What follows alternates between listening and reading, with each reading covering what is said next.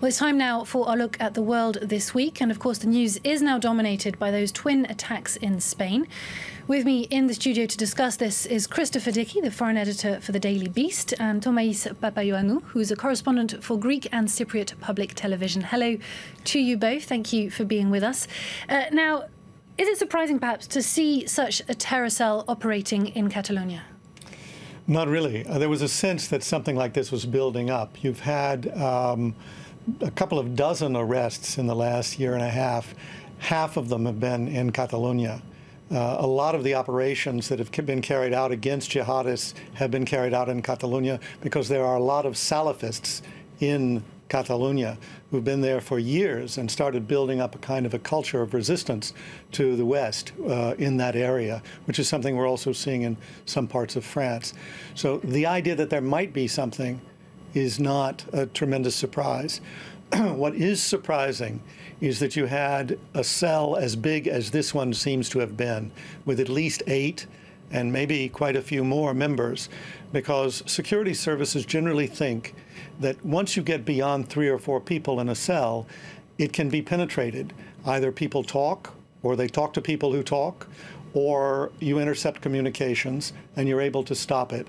In this case, you had an explosion in what now we think it was a bomb factory, and the initial reaction of the Catalan security services was, that's not a bomb factory, that's a drug factory, or it's something else.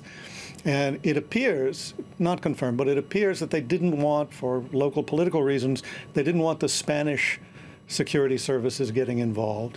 So while all that was going on, it seems that the people who were in this cell decided whatever they were planning for the future, which probably was more ambitious than what they did in Las Ramblas and in the beach resort, they had to accelerate it. They had to step it up because there were going to be arrests, and at least one person who was involved with the bomb factory survived and might talk. So they stepped up the pace, and what we saw was what happened on the Ramblas, and then what happened at 1 o'clock this morning in Cambrils. And we've been hearing Prime Minister Mariano Rajoy explain that this is a European problem. It's actually a global problem.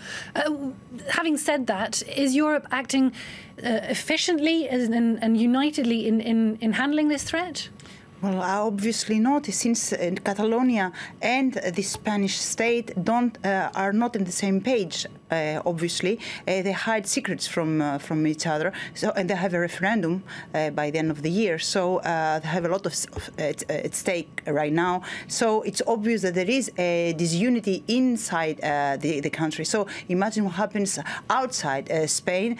There are major problems. We remember all when the terrorism hit France. We had major dysfunctioning all over Europe with the data, with the share some information.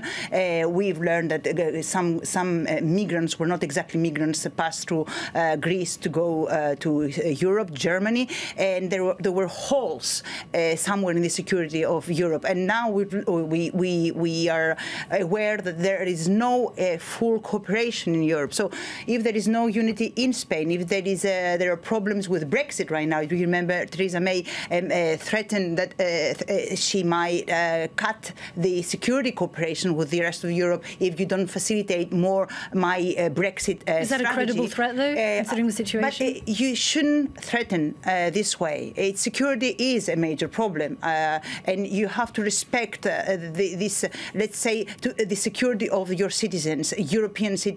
If the citizens feel insecure, feel threatened, then you have other reactions like the far right. They come in the middle. I'll give you almost a silly but a tragic example.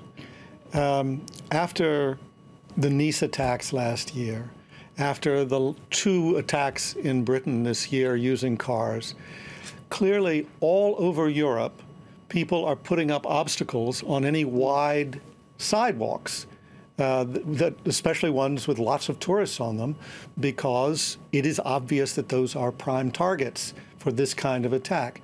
But not in Barcelona, not in Las Ramblas. So I asked several people, why was that?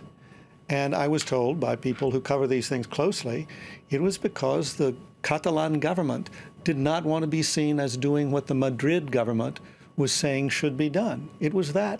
It was that. We don't want to screw up our Ramblas because we're listening to Madrid. Well, they're pretty screwed up now. And might there be a backlash on that? Oh, of course there's going to be a backlash. One of the things that's happening is, and it may have been partly the intention of the Islamic State to the extent that it was involved in planning this, right now it looks like there will be a referendum on October 1st for Catalan independence. This will all play into that.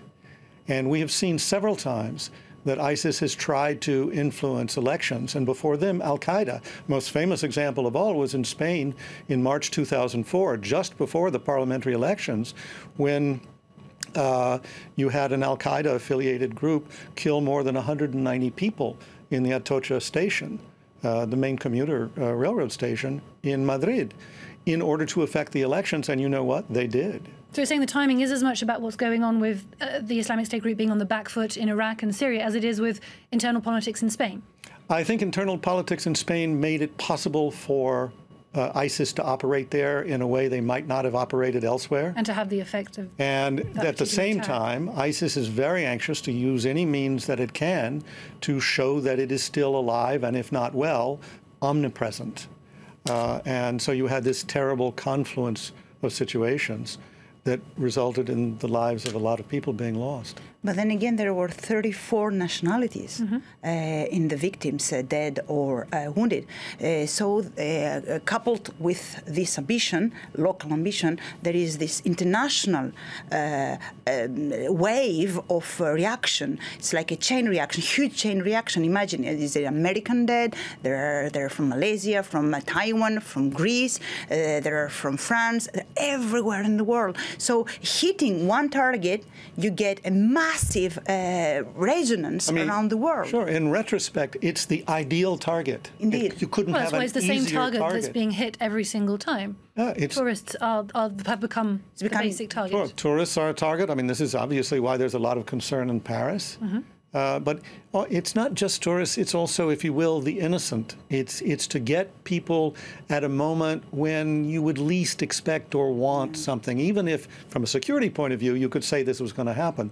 So, for instance, what do they attack in Berlin? They attack a Christmas fair, wonderfully symbolic from their point of view. They attack Westminster Bridge, London Bridge.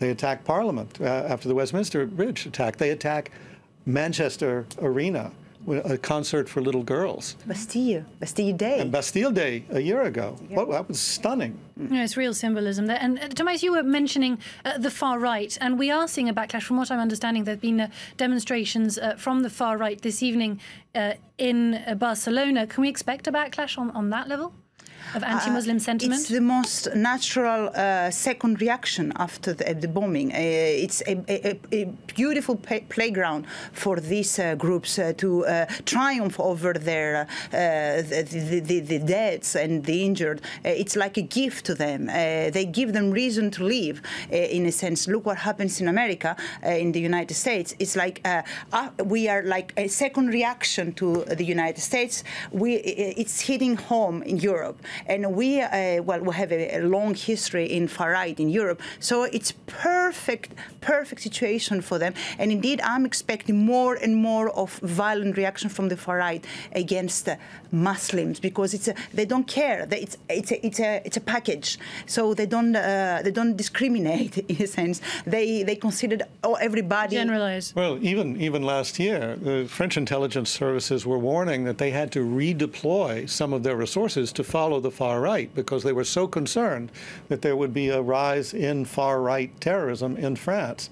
For a while, maybe that was diffused by the Le Pen candidacy, because there was an idea that maybe she would win. Well, now she's totally marginalized, and we don't even hear about her, which means also there probably is a risk that the far right will become more violent.